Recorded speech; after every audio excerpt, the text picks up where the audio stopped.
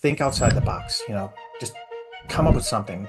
Don't chase all the material things because it rings hollow. I think the eighth wonder of the world is inflation. People who are successful, people who aren't successful, one does those three things and one doesn't. People don't like to admit when they've made a mistake. I've made tons of them.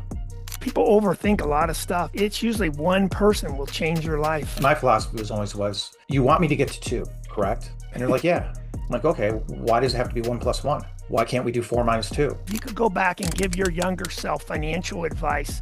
What would it be? Welcome to today's PlanAssist Podcast, where we help people make better financial decisions, and we build our whole PlanAssist process around 3 core principles: have a plan, be diversified, and then seek counsel. And most of these podcasts will reiterate those 3 core principles, and I think you'll see them through today's podcast as well. So today we have a fantastic guest. It's Brenden Rendo, and his organization is called Homes in Orlando Team. His group has become kind of the go-to choice for Central Florida real estate, helping first-time buyers, sellers, investors, families kind of navigate the dynamics of the Orlando market. So if you're from Orlando, as we are, you know that the real estate market is kind of forever changing. His team's built a reputation on results in long-term relationships, but it's really built around making sure that transparency is a big part of his business model and mine too. So that's kind of what caused me to reach out to him, because as those of you that work with me know, that I think making sure you understand and are clear on kind of here's what's happening, and transparency is a really important value that both of us share. So with that, did I miss anything, Brenden? No, thank you. That was a fantastic introduction. I appreciate it very much. You. No, So I agree with you totally with the transparency. I'm not a fluff guy. I just never have been a fluff guy. I've been in sales my entire life, but never been fluff. It's right. always been data, providing people with the correct information so they can make the right decision. Are you from Orlando? Is Orlando home or? No, I grew up in upstate New York, a Okay. little town called Johnstown, probably about half hour away from the capital, Albany.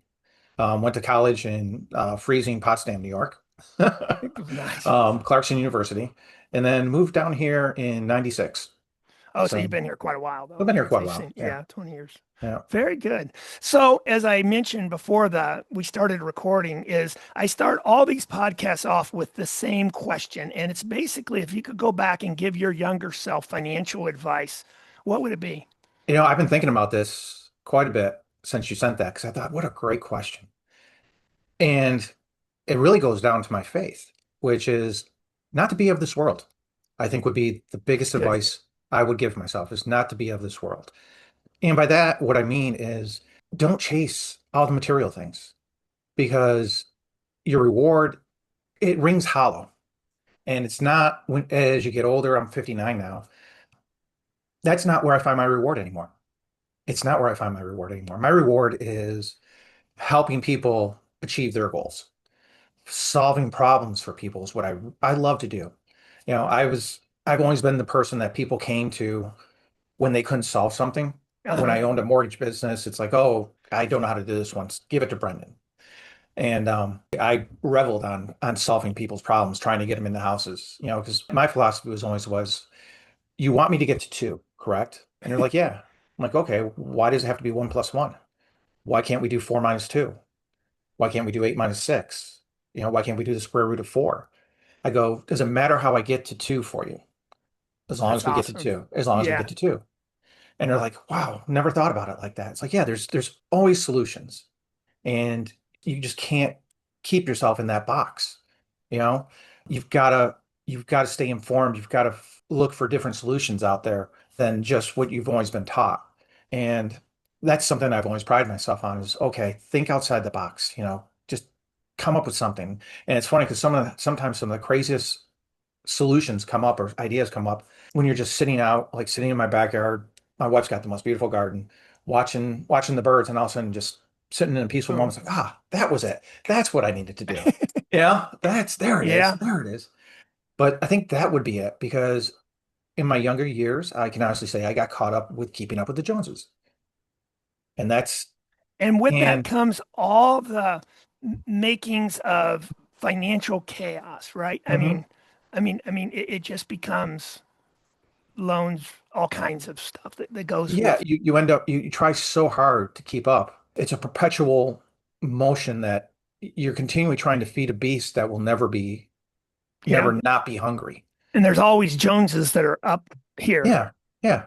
And I think once I found my peace, um, that's it totally changed. It totally changed. And I got to credit my wife for a lot of that. Yeah, that's a really good answer. And so, are you still doing mortgages? So you moved from mortgages to selling real estate? Is that how Yeah, I you ended moved. up in Yeah, real estate? yeah. I started in mortgages, I believe it was 98. I was actually leasing a house to purchase with my first wife, and I needed some help myself in getting things Hmm. straight. My credit score wasn't great. My debt to income ratio wasn't good, and I needed help. And one mortgage guy was willing to help me, Brad Langdon, great guy. And when I was sitting with him, he's like, "Oh, I'm so busy. I'm so busy." And at the time, I was in medical sales, and I traveled the whole state actually.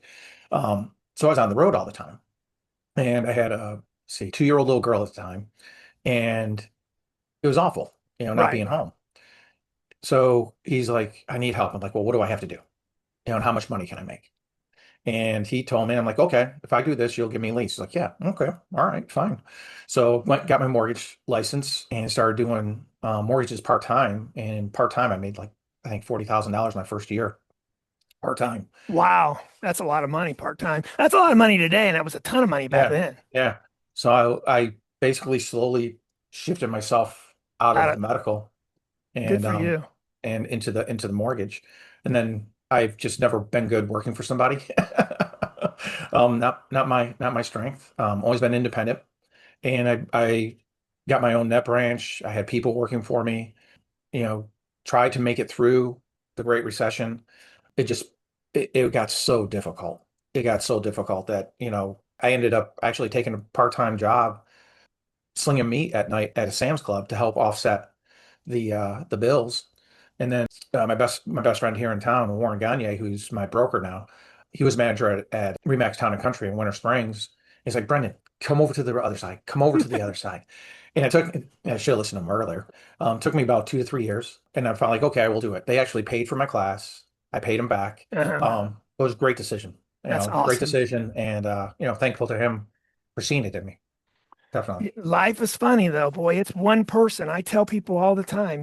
People don't know. They think it's go get, people overthink a lot of stuff. It's usually one person will change your life and change major Yeah, directions in it's one action. It's not having fear, I think, has to be a lot of it. So much these days, and this as a financial planner, it's that fear, that the fear of paying the bills, the fear of, will I be successful? The fear, you know, can I really do this? And I've never been afraid to take that jump. right. Um, I had to take the jump because I, was remarried and had twin boys, you know, So yeah, so you were so like, yeah, so I've got to find a solution. And he opened up the door for me. so what's the biggest mistake? I mean, you see lots from your mortgage days to your real estate days, kind of talking to that 40-year-old couple. What are some of the biggest mistakes that you see that group make when they're in their kind of 30s, early 40s that, with They just a little bit of planning, they would have avoided it? stretch themselves too thin. Is it? I That's agree with that's that. that's the biggest thing you see is stretching themselves too thin. They go after that $600,000 house when Uh-huh. that $450,000 house is just fine. You Yep. know, And and this in the car, they go after the Lexus versus yeah, the Toyota. I mean, I I mean, I I can tell you stories of, I remember I had one couple, they were buying a house in Windermere. They had, I think one had a Mercedes, one had a BMW, had a housewarming party, and there was no furniture in the house. And their question was, when can I refinance so we can buy furniture? And I'm yeah, like, are you kidding me? And you look at the products that were developed during that time. One that I never did, I wouldn't do it because it was just wrong, was the negative amortization loans, where you got in, I think it was 1%, but you had negative amortization. So once it hit 110%, and a lot of lenders didn't explain this, once it hit 110%, you went to regular amortization. So people would get in with like a $600 payment, it go negative am on them, and they now had a $2,000 payment. And they're like, "No one explained this to me." I'm like, I know, but there's nothing we can do. right. It was an absolutely horrendous product. Put a lot of people under. So, very quickly. so one of the biggest challenges that I see and run into is trust. And what I mean by that is so when I went back and I wrote kind of a summary, it's a short booklet, but I was looking at what do successful people kind of have in common? What are some common kind of principles? And then I looked and I found five or six. And then I looked at, okay, well, what are some things that people who have lots of financial chaos in their lives, and I'm not talking about someone who has health issues. I'm talking about Mhm. people that should have money. I mean, if you look at their lives and their income and that kind of stuff. And then I kind of found three things that kind of lined up. People who are successful, people who aren't successful. One does those three things and one doesn't. And it's pretty uniform. And those are have a plan, be diversified, and seek counsel. And I would say to summarize, those of you who listen to my call, I'm not going to go into too much detail on it, but I'd say the first two are pretty objective. If you went and sat down with a financial advisor, 10 financial advisors, Mhm. the have a plan and be diversified, it looks very similar. It's no different than when you were in the mortgage business or as a real estate agent, right? If you went and saw 10 financial agents, they probably look really similar. They ask the same questions. They look at Mhm. your balance sheet, your income, and all that. There's a little difference because people will, focus on one area over another. So the order will get a little bit shifted out from one advisor to the other, but the basic process is the same. The third, though, is very subjective, and it's the piece people are most challenged by, and that's the seek counsel. And what I find is people have gotten to the point where they so don't trust anyone, they do nothing. And I try to explain to people, I say, if you don't do anything, that's also making a decision. It is. It is. And I agree with you wholeheartedly. And I think it goes back to everyone is so out for themselves. Yes. And that's what people feel. And again, that comes back to my faith in my Lord is I see counsel first from him now. Uh-huh. And then I find he directs me. It's amazing when you're praying about something and then something comes in that And you it's not have, an audio, it's a somebody shows up, a phone call yeah, you get, an quite email. honestly, like you. I was extremely surprised, but I've been, asking for ways to expand and stuff like Uh-huh. that. And you reached out, and it's like, okay, We'll try this. Yeah. yeah. It's like, I appreciate okay, you did. yeah. Yeah. You feel it. Right. You actually do feel it. It's like, okay, I gotcha. And sometimes when you're being talked to, but it's so hard because how many times have you been doing something and you're thinking, I need to do this, I need to do this, but you keep putting it off, you keep putting it off, you keep putting it off. But a little voice in your head keeps saying to you, get it done, get it done, get it done. Yeah. You know? And that's why I think a lot of people, the fear, it's that fear of, It's fear and distrust. So what comes up in my world all the time, even though I don't do them, is a will. Mhm, 50% of Americans still don't even have a basic will. And mhm. and what I find is they just don't want to make the phone call to the attorney. They don't want to they don't want to they don't kind of get through the That's a great process. point. There's just too much drama in their lives. Like someone who's only been married one time and has one or two kids, it's pretty easy and there's not a big debate. But doing a will and you have a little bit of drama, past drama in your life becomes extremely difficult and more important than ever. I I agree with you there. And it's how do you explain it? Is like in real estate, trust the trust I portray, Uh-huh. trust I give my clients, and my reputation is really all I have. Right, That's it. If I don't do what I say what I do, keep my promises, I lose all credibility right. out there. And that's same in That's my world too. and it's just something you can't do, you know? And the hardest thing I find is people don't like to admit when they've made a mistake. I've made tons of them. And I just closed on a house in July and we were getting ready for closing. There was a refrigerator in the garage. And I'm like, oh my gosh, did I put that in the description? Did I put that on there that garage, the garage refrigerator doesn't come back because it was brand new. And, and I'm like, oh my gosh, I didn't put it in there. It's like, because the contracts, and a lot of people don't know this, say refrigerators. So your refrigerator in the garage that you have that you want to take with you, you got to make sure you put that it doesn't convey. I'd forgotten it. And I called the owner. I'm like, I'm sorry, I forgot this. Da, da, da. They're like, well, we'll let stand. I'm like, no, let me make a phone call to the agent. We had developed a good relationship and tell her that I made a mistake. And I'm sorry, but is it okay if they take it? called the agent. She goes, no, Brendan, I understand. She goes, we kind of thought that because it was brand new. But yeah, thank you for confirming that.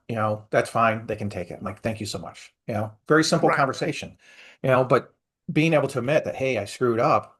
Maybe would maybe not gone as well had you paused and waited and not just dealt with it kind of Yeah, up just, front. yeah, you got to deal with them as they come up, Yeah, you know? exactly. And I think that's where what I call seek counsel, and you can call it whatever you want. So I get into this debate with people that say, well, I don't like the word seek counsel. I'm like, call it what you want. Call it input, call it get information, call it curiosity. But Yeah, people who are successful, they are really good at gathering data. And it's not sit down with a salesperson, be sold something. They come at it more like, hey, Brandon, what do you think about this? Or you're not even it's so interesting how really successful people are good at gathering information from a variety of sources, and they yeah. almost do it naturally. I'm not even sure they know You they do it. never, and this is something I'm trying to teach my boys. Never stop learning.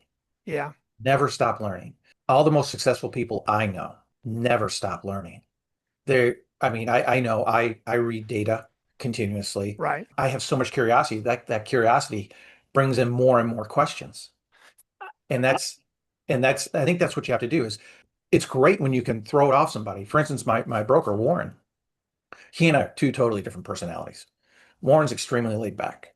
I'm Right. more of a kind of hit it hard. And there's times where I'm just like, hey, how would you do this one? Because this is how I'm approaching it. He's like, nah, why don't you try and, do this, do this? Like, oh, I never thought of it that way. And it ends up being the right way to do it, Yeah. the right way to get to the solution. It's like, oh, okay. And it's wonderful to have people in your life that you can do that. And you have to trust that when I ask them something, they're always going to give you an answer in your best interest. There's nothing hidden behind it. It's just, hey, I want the best for you. This is, Brendan, I think you're being a little too aggressive.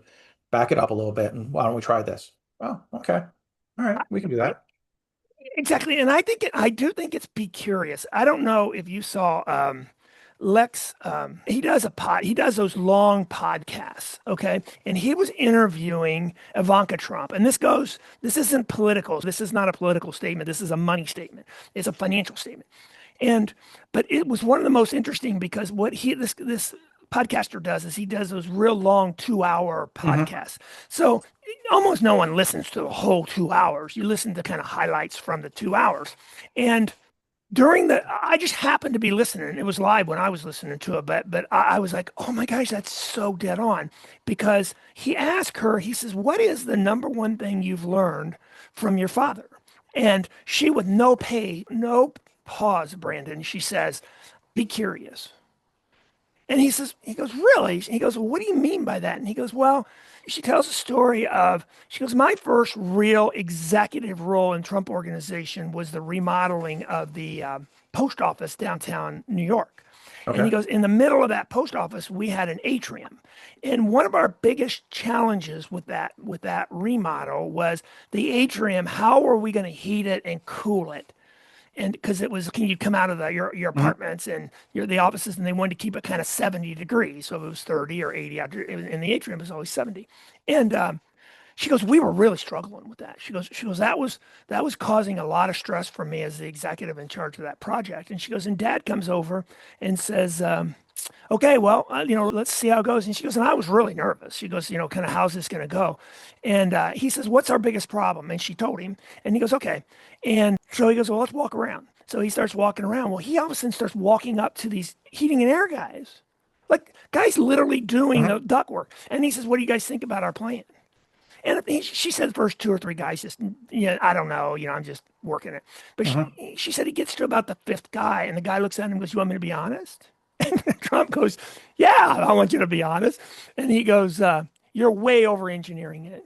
He goes, first of all, what you're doing may not even work. And second of all, you're spending an extra $2-3 million to make this stay 70 degrees when you really could do just fine making it 70 degrees when it's 60 out, 70 degrees when it's 80 out, and then when it's colder it'll drop a few 3 or 4 degrees below a few. He goes, you're over engineering it, meaning you're overspending, Hmm. and it may not even work. And now my point, and she said her point was, she goes, even though we had experts, we kind of had heard that a little bit. And we were still going down that path. So it wasn't like some new idea. She said, I just found it fascinating how curious he was as he asked those people those questions. Hmm. And it's just natural for people who are really successful. Yeah, I love that because I think there's a local spec builder that I do some work with, Uh-huh. Tim Wilkerson, Palm Investments. And one of the things I did, and it's on my YouTube channel, is I walked every week with him during the building of a set of 4 houses. And it was awesome. It was one of the best educations I've ever gotten. And it's like, oh, why are you doing this? Why are you doing that? Well, why wouldn't you do it like this? I thought it was done like this. Oh, it's not done like this. Like, no, we do it like this because of this. Well, the specs say that we're supposed to do it like this, but I do it like this because I find that it works better and it's stronger. It's like, oh, cool. And it's just That's a perfect example of and it's it's it was curiosity. It's not it was fascinating, exactly. you know?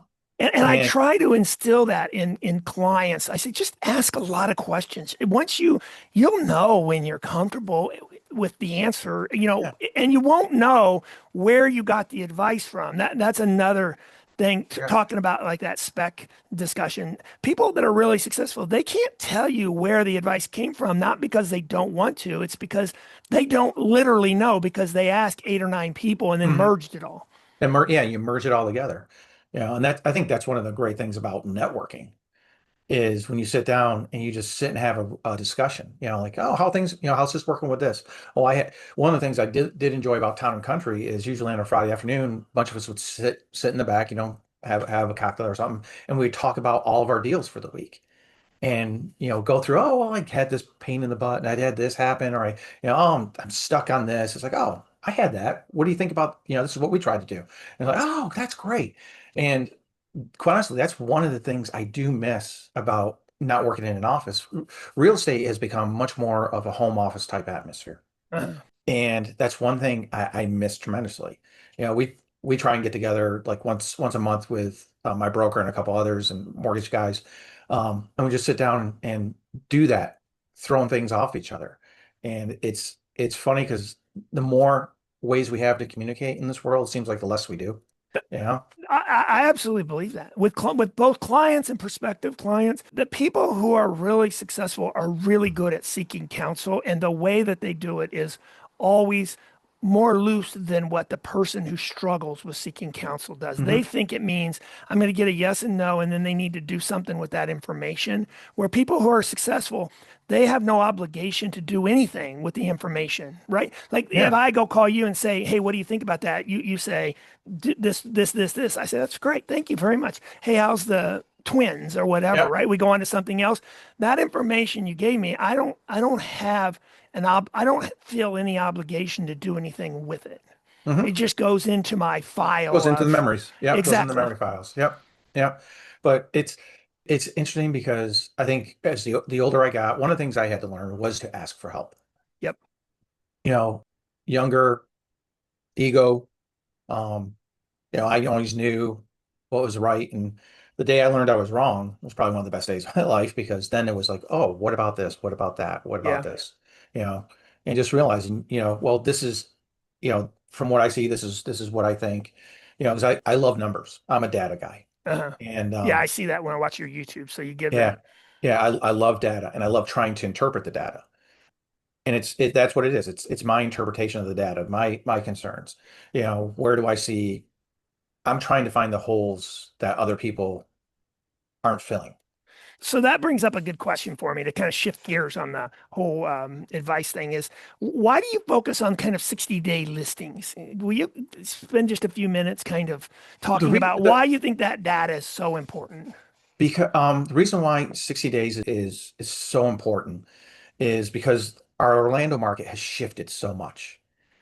A lot of people still think we're in the good old days of 2021, 2022, where average days on market was 21 days. I mean, you put a house on the market and boom, it was gone. And now, our average days on market is sitting around 70. In the Okay. $500,000 plus area, you're actually closer to 100, Uh-huh. right? So what you're doing is you're watching and you watch how real estate agents set up their sellers for price cuts. And you see a pattern. Everything has patterns to it. And you see a pattern is that your first major price cuts usually come at about the 30-day window. Okay. Okay. So now you've made the price, and now you get to that 60 days. And sellers now, you get to 60 days, they just seem like their anxiety level goes through the roof. Okay. It's just So that's because like because the line on that's like the average. line where like, oh my gosh, and that's when Yeah. you start seeing when you look at the expireds or the canceled listings, things like that, that's where you start seeing the number of cancellations start to spike. And because people just, get frustrated. Um, and it's all comes from setting the level of expectation. So when I'm looking for my buyers and I'm like, hey, let's start at the 60-day plus because these are sellers who are starting to feel the pain. And in negotiations, I've always found you've got to find the pain point up Yeah. for people. For my side, I want to know what that seller's pain point is. And that's what you're trying to do is like, okay, I know they're starting to feel pain because you look in, you try and figure out, hey, is the house vacant? Have they moved out? Do they still have a mortgage? How much balance do they have on that mortgage still? You know, and all that information determines your approach to how you're going to negotiate that Interesting. transaction. Yeah, that makes total sense. So Interesting. so I'm coming at a person in a pain situation, and I'm Right. going to try and bring you a solution. But at the same time, my job is to provide my buyer with the best value. So, I mean, I tell my buyers now, hey, look at our inventory. It's up so far. Don't totally commit yourself to this house. Okay. Because, you get a lot of times where people walk in, oh, I've got to have this house, got to have this house, got to have this house. And it's like, you've already lost. You've lost your negotiating ability because you're willing to give up too much to start with to get the best value. So you got to pull yourself back. And I explain to people, look, my job is to take the emotion out of it. Right. I have That's no my job emotional, too. I With have all no, honesty. I have no emotional tie to this. My job is to make sure that those numbers are exactly what you want. And I'm Yeah, going to tell you if they're not. that's Um, good. so, so here's the thing is if we don't get our number, all right, don't be afraid to walk away. One of the biggest things I've found in negotiations is if they know you're willing to walk away, they'll move. I've had it where we've walked away and 3, 4, 5 days later, a week later, you get a phone call. Hey, is your client still interested? Well, yes, they are. Well, we'd like to accept their offer. Well, sorry, it just got 5 grand worse. Yeah, exactly. Because I know you're in pain right now. Like, let me, I appreciate that, but we know we found another home that we're considering putting an offer in. Well, what do we have to do? Because they've hit that pain point. And a Right. lot of people in real estate negotiations aren't used to people walking away. No, correct. I've never Because walked away from a deal 98, as a 98, consumer, not yeah, a 98% of real estate agents are so worried about making that deal, because that's their paycheck. And this is the 2 or 3 houses they sell during the year that they're willing to throw it away. that's a really good explanation. I really appreciate that because when I was doing research on you, I found that 60 days. I'm like, what is the big deal? What makes that so um, important? And that was a really good explanation. On a second call, because I want to kind of make sure we stay within our time frame. So Mhm. so I'm going to kind of keep us moving here. Um, what's kind of technology like technology like one of the things that's happened in the financial services world is everything was done in person 10 years ago now and everything kind of went in person and a little bit of phone call and then COVID everything went Zoom. Mhm. Now in my world, it's really Zoom. I mean, it's much. I'm much more productive on a Zoom call than I am in person. But I'll Mhm. still meet my clients for dinner. Yep. But I don't take reports. I don't. It's more what's going on. It's more relationship building than it is doing a My first review. my first call is always to get a cup of coffee with them. Exactly. That's probably a good idea. It is always to get a cup of coffee with them. I actually spoke to a prospect this morning, had a nice conversation with her. I said, what I'd like to do is schedule a cup of coffee with you so that you can meet me, I can meet you, and we can talk more about your goals, what you're looking for in a house. Her lease doesn't expire till March, I think she said. So I'm like, hey, let's start putting it together now so that you're ready properly. She's considering new homes. I'm like, well, if we build one, that the time frame is going to come out. But I don't care. I always want to get in front of the person Person. face to face. And then what technologies do you use after that first face to face? I use video So tremendously. Zoom. Okay. Yeah. Well, actually, video emails. You Probably, do. I've probably, and actually I've been doing gotten it for 10 years. Probably, so little 1 minute clips that yeah, yeah. Here's a explain quick it update. Here's so a they quick can hear update. you. Here's what's going on, you know, because you see the person. To me, I will not negotiate a transaction via text. Won't do it. Refuse. And it upsets a lot of agents, but so I'm sorry, I'm not going to because I want to hear your voice inflection. I want to feel how nervous you are. Right. I want to feel when I hit you with something, how do you react? And in text messages, you lose that. Yeah, that's true. You lose all the emotions. You lose all the emotion. And that's what you're looking for is because most people make decisions off of emotion, not off of logic. Yeah. Yeah. That's true in my So world too. I mean, well, and that's so one of the things I have to do. I mean, your job and my job aren't that different because, it is taking the emotion out of it and focusing on the long-term perspective. And that's yeah. kind of goes back to my seek counsel. It's why people got to get good at seeking counsel. I Yeah, think and that's I something. think the hardest part with the real estate industry is that it's too easy to get into it. There's too many people who are part-time, um, too mmany people who don't take it as a profession. When Yeah. you look at the numbers and you see, I apologize, I don't know exact number. It's like 85 or 85%, I think, of realtors don't do any sales for a year. I mean, zero. That is the biggest number next to every single to realtors is zero number of sales. Then the next number is one. So there's really about 5% of us That do that actual that do 90% of the of the actual business. business. Yeah. We take it seriously. We take it, and one of the first things I will do when I'm negotiating with somebody is I'm going to pull up your record. I'm going to see how many sales you have. And when you sit there and you see like this guy hasn't sold anything in the past 6 months, it's like, okay, he's desperate. Two, he doesn't know how to go, probably doesn't know how to negotiate very well, Right. you know. And I'm going to take, I need to take control of this thing. So it's just, and you see it so many times. And I mean, I've had conversations with sellers, I've got a couple of them right now that, one gentleman from England who's actually working with another realtor, but he reached out to me and he's, talking because condo market is just total disaster right now in Orlando, especially short term. And I said, well, do you own the condo free and clear? He's like, yeah. I go, do you need all your money right now? He's like, well, no. I go, well, then why don't you offer owner financing? He's like, what? I'm like, offer owner financing. Offer it at say 7.5, 7.75. You're going to be beating most of the mortgage that can be done out there. You can still get a 20, 30% down payment, but now you're making all that money that you've lost because it hasn't been running. You can make some of it back. Do a 3-year, 5-year balloon on it. You know, it's Yeah. that may be your solution because it's a condo hotel. It's like as a condo hotel, they're extremely hard to finance. So it's just a different, like again, you go back, it's a different way of looking at it. He's like, oh, I didn't think about that.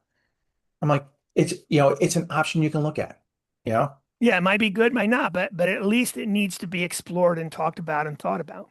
Exactly.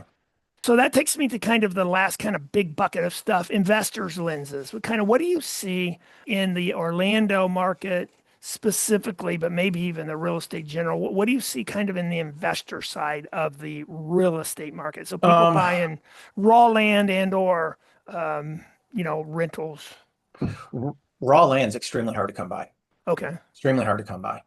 It's But it's a good. One thing about it's raw land is the carrying costs are so low on it. I can see how it's hard to come by because if someone has the money, you yeah, buy raw land. yeah. Yeah, it Like might go up or down, but it's just basically the taxes on raw land. yeah, So it's just the taxes. you don't have the same level of risk that you do if you buy a house to rent or a condo. The hard part with raw land is you got to make sure what the zoning Okay. is for it. That's what you got to make sure of. That and wetlands. Because I look up a lot of raw land for a couple different builders, where they want to find lots, where they can build. And Volusia County, it's getting harder to find them. You see a lot of people who've held them for 20, 25 years. It's absolutely amazing. Yeah, So, or they've inherited them. or they've inherited stuff like Yeah. that. But it's funny because I was at my office one day in Winter Springs and I was looking for some for Tim. And I looked up the information on it, and the family lived like 2 streets down from my office. So I'm like, you know what? I'm gonna go knock on the door. What the heck? Went and knocked on the door, said, hey, you've got this lot in Orange City. You've had it for 20 something years. Would you be interested in selling it? He's like, yeah, what's the price? I'm like, what? I'm like, okay, we'd like to do 55. She's like 60, 57, 60, 57. And we did it. We did it at 57 and we got it. It was like, Wow. it was, it was amazing. But it's long-term holds. What you're looking for is you're looking for the holes where there's opportunity for builders to come in. If I'm going to buy raw land, I want to know where, where's the building going? Where Yeah. are the opportunities?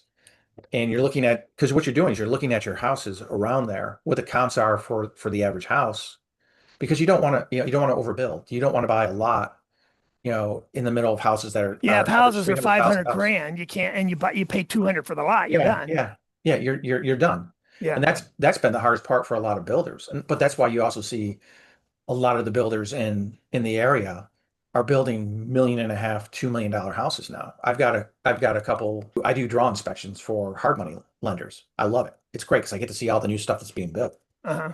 And I've got a couple I've got to go do in Winter Park off of Temple.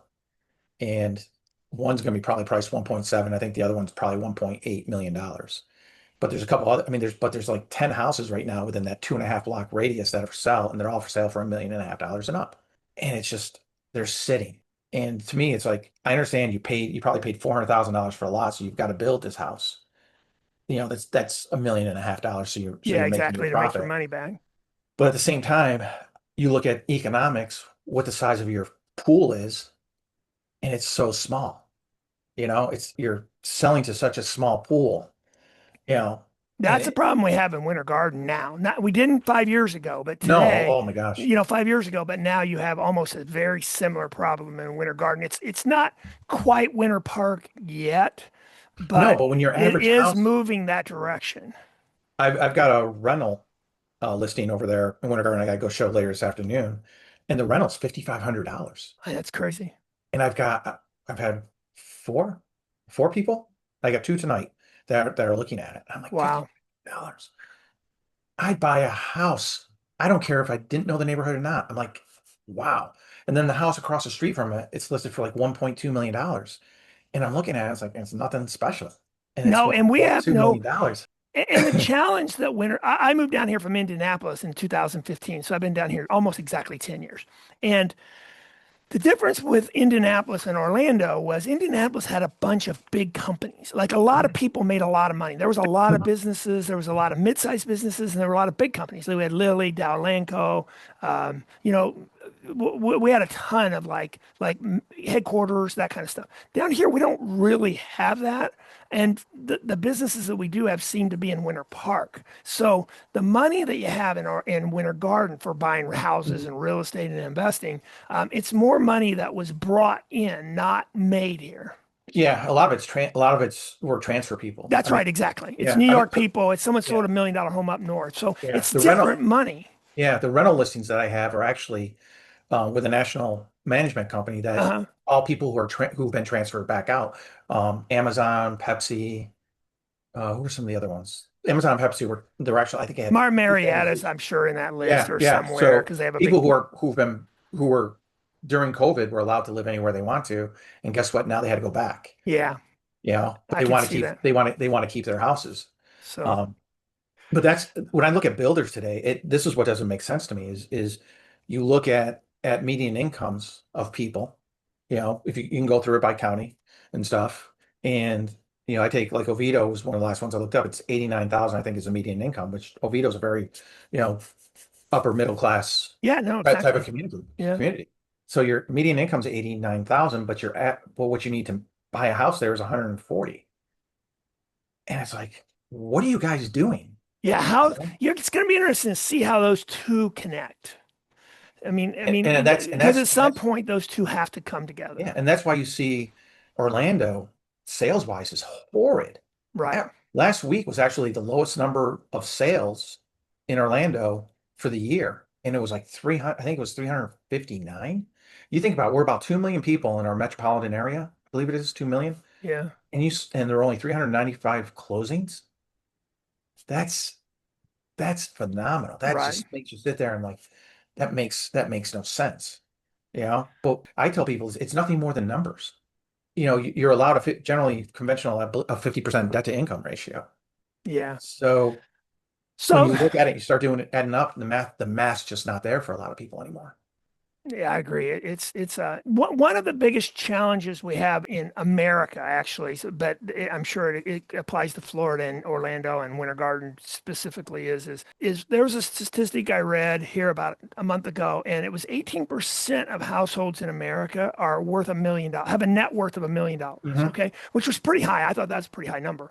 But what was interesting is once you kind of pulled those numbers back and dug into them, only about 3%. 3.5%. I looked that up because you sent that to me. You did? Yeah. I mean, it's fascinating to me that once so people have, it goes to my kind of second principle of diversification. Way too many people in America have way too much concentration in their personal home. I don't mean necessarily real estate, but personal homes. To me, it's in a difficult situation right now because I'll take myself for give you a perfect example. I've got a 3% 20-year mortgage, right? Hmm. We had talked about moving out to Sorrento, getting a house with a bigger piece of land because we love the peace and quiet. My wife loves the garden. For me to sell my house now, go and do that, I'd have to spend probably $650,000 to get what I want. I'd make 250 from this, end up with double the mortgage balance and actually triple my payment. Not going to do it. Yeah, exactly. Not going to do it. No, yeah. I mean, and that And goes that, to contentment, right? I mean, that just goes to what we started. Just stay living within your means and be yeah, content. yeah. And it's difficult for people. And I imagine it's extremely difficult, in your position when you're looking at it, because the hardest part with owning the home is you don't have any equity really until you sell your house. It's all on paper until then. And you've got to, you want to try and get it out somehow. But But you don't want to live based on that. So what I yeah. see happen is it's so common is someone will say, all right, I have $1 million net worth. We have 500,000 in their house. They come in, we do a financial plan. I don't put the house on the financial plan. And I've had people that'll get kind of sideways. They're like, what are you talking about? My house is where I have most of my money. And I say, if you sell your house, you got to buy something else. You have to Mhm. live someplace. That's not really investment money. It's also not money you can spend. And I said it's important to separate those two because if you think you have a net worth of $1 million, it becomes easy to spend money like you have a net worth of $1 million when in reality your net worth's 200,000 or 250 or 500,000, Great right? point. That is an excellent point. I mean, it's a mental thing. And I Yep. said, you want to be disciplined in that. You don't want you or your significant other to live as though that's your actual number Hmm. it really is on paper. You're like for a data guy like you, in theory, it's exactly right, but it's really not a good strategy. No, I agree with you wholeheartedly on that because, like you said, until you actually sell the house, you don't have any money in your hand. And And when you do, you got to buy something else. yeah, and it's so hard to explain to people because, and that's what you're seeing right now with a lot of people. It's like, okay, yeah, if I do sell, just like myself, my example is, yeah, I've now gained, $400,000 in equity since 2017, but if I want to live comparable, I'm actually gonna have to spend that whole $400,000. Exactly. Even downsizing, I'm gonna Yeah. have to spend everything. I've rarely seen people who truly downsize. It happens, but it's very Very, rare. I it's mean, it's always fun when you're out showing. It's like, well, we got 3,500 square feet. We want to downsize to 2,500, and it's like, well, okay. And then you show them the 2,500 square foot house. Well, I can't fit this. I can't fit that. I can't fit this. And you're like, you wanted to downsize. oh my Remember? God, one of my favorite conversations. I live in Oakland Park, so it's a bunch of rich people. You know where Oakland Park is, right? Yes, And yes, I okay. do. So we're out walking the dog and we go by this house and it's just a gorgeous house. I mean, they just got done. They're on the porch and we get in a conversation. It was so funny. I couldn't help myself but laugh. And we get in this conversation and he says, almost like in the first like 5 minutes, he said, we've downsized. I started laughing. I go, seriously, this is downsizing? And then he Yeah, explains, he says, oh, yeah, it's totally downsizing. I'm like, no, this is yeah, not downsizing. yeah. I've had a couple of those. Like, yeah, we're downsizing to 5,000 square feet. Exactly. I'm like, I'm come like, I'm on. sorry, I just don't like to clean that much, you So know? crazy. So I have just one more. I think we'll finish on this note. So we're going to combine them into kind of two is kind of challenges and risks. Kind of what do you see the biggest kind of challenge And then kind of finish it with kind of future outlook. So kind of challenges and risks and kind of future outlook. What do you see like someone's kind of biggest challenges here in the next, call it 2 years, 3 years? Um, their biggest challenge is, I think, is keeping everything online. Putting the plan together and sticking to it, I think Yeah. is going to be the hardest thing because I see a lot of economic turmoil over the next couple of years. And the Uh, reason why I say that, and a lot of people, give me grief about it, is our national debt and mortgages. I it really upsets me when you get all these people on and they're like, the Fed's cutting their interest rate. What's it going to do to mortgage rates? Like, it's not going to do a thing. It has nothing to do with it. The mortgage rates are tied to your 10-year treasury. Okay. That's it. The overnight rate really has nothing, doesn't affect it at all. What affects it is our national debt. And the more debt we have, the more expensive it's going to get. Because right now, Russia doesn't want our debt. China doesn't want our debt. Japan doesn't want our debt. So who's buying the debt? Well, we're buying it. But that actually took away the 10% reserve on treasury bonds earlier this year. Why? To make it easier for those reserves to be used to buy our own debt. So I get the treasury updates every day and you read them and they're like, well, we're planning on borrowing another, in July came out 1.5 trillion before the end of December. And I'm sitting there going, you got to be kidding me. And then we've got 6.5 trillion or 9 trillion. I apologize, I don't remember the exact number. That has to be refinanced. Well, all that debt was written at around 2%. This is going to be written at 4 or better or higher. We've just increased our interest that we have to pay. And you looking at these things like the national debt, then you look at credit card debt. We broke $1 trillion in credit card debt. We're now actually $1.2 trillion. In like 3 months, we went from a trillion in credit card debt to 1.2 trillion. and that's at 18%. Yeah. And you're looking at this and you're like, people, stop. Stop. We got to get out of living within this world. You Yeah. don't have to keep up with the Joneses. And I think that's the hardest part for so many people is realizing that, you know what? I need to live within my means. That is the hardest challenge because social media, everything glitz and glitter, but it's not good for the soul. Yeah. You No, I know, agree. being able to lay my head down at night, knowing that, hey, if an emergency happens, I've got the reserves. Yeah. That's okay. I like that feeling. I don't like that feeling of, oh my God, how am I going to make my mortgage payment this month? It's I've got my reserves, you know? Yeah, that's a good way to finish it. I agree with you 100%. I think living within our means and focusing on kind of, you know, where again back to the plan. The plan doesn't mean some 45-page PDF No, document that you print off and put in a document. It could be a one pager. It's it here's where I is. am, here's where I want to go, and then what are the two or three things I need to do Yeah. to get there. And What's one of the greatest inventions in the world? Compound interest. yeah, exactly. Compound interest. Trying to teach my boys, because they like to buy their games, they make money and they, want to buy their games. I'm like, we're going to take some of that, we're going to put it in, and let me show you. I showed him a Instagram reel about a janitor on his income bought dividend stocks with every paycheck. Bought just a couple, one share here, one share there. When he retired, he had $8.5 million because he never touched it. You know, Yeah. and that's simple, basic financing has to be taught again. You So know, I'll add something that you just to think about. I'm not telling you what to tell the kids, but I will argue, or I will debate, or I will say, Einstein said the eighth wonder of the world was compound interest, and I will say he was wrong. Okay, and what I mean by that is I think that might be the ninth wonder of the world. I think the eighth wonder of the world is inflation and understanding inflation. And why I say that is when I was 30, I had no money. So people would tell me the compound interest. Okay. They would mhm, constantly they'd share that story with me. And I'd say, I mhm. got it.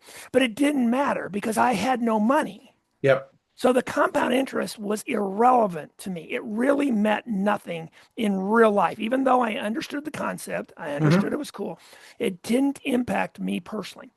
But had someone come at me and said, Tim, forget about compound interest. Think about anything you buy. Is it inflationary or is it deflationary? And what I mean by that is when I was in India, and this was my aha, only I learned it 20 years late. I bought this 5 acre lot out in Noblesville, it's the north side of Indianapolis. And I bought it because I was going to buy this. We were going to build a house on it at some point, and I bought it for 15 grand, but I really didn't have 15 grand. I loaned the money to buy it. Okay. Mhm. But so I had a $200 a month payment on it. And I thought, okay, well, I'll buy this. And when I get it paid off, we'll build a house. So a common kind of strategy for a lot of people. Now, at the same time, we had like this big lake, and I thought about doing a boat. And I literally went through a couple months where I was really bummed out that I went down this darn lot idea and not a boat because how fun it was, right?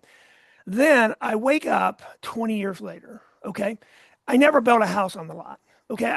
I paid the lot off, Mhm. almost forgot about it. I mean, I knew it existed, but I didn't do anything with it, right? Yep. Brenden, I sold the lot for Wow. $150,000, That's awesome. right? So, Yeah. so my point is that was a why where I could have bought a boat, paid Yep. $200 a month, had a bunch of fun on the boat, but at the end it was worthless, Worthless. right? That is So, that so, is that so is so great because that just brings me back to one of the early things I learned, which is cars depreciate, houses appreciate. You know, Exactly. And there are things that that is a great appreciate. point. It's gold.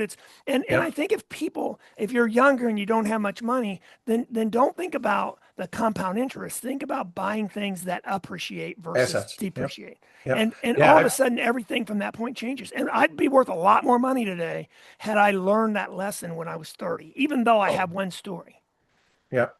Yep. No, I agree with you wholeheartedly. And that is a fantastic point is learning the difference between assets that appreciate Exactly. and assets that depreciate. Yes. Yeah. Perfect. So Yeah.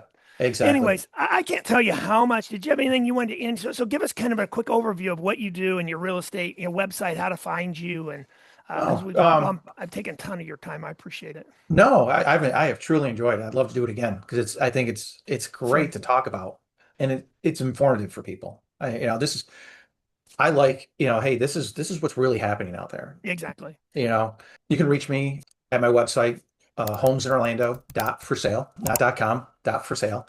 And you can also always feel free to give me a call, 407-616-9019. I will take a call from anyone. Anyone just has a quick question like, hey, what do you think about this property? What do you think about that property?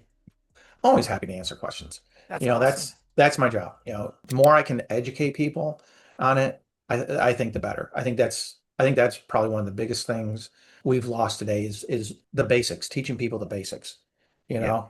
And the other thing is, and I find this to be true, is you have to be willing to tell people no. Yeah. You know, Exactly. because it just people are like, what do you think of this house? And it's just like, nope, this isn't the one for you. They're like, really? I'm like, nope. I'm like, why not? Well, it doesn't have this that you wanted. It doesn't have this that you wanted. You're actually going to be another 20 minutes to work. And you're like, oh, it's so nice, but it's not checking your boxes, you know? Yeah. So It's think easy. about it first. And then they go, oh, you Yeah. know what? You're right. That wasn't the right one, you know? So So that's what, that's awesome. So what we'll end on that. So feel free to call Branden. It goes back to that seeking counsel. Build those number of people in your life when you're making big financial decisions.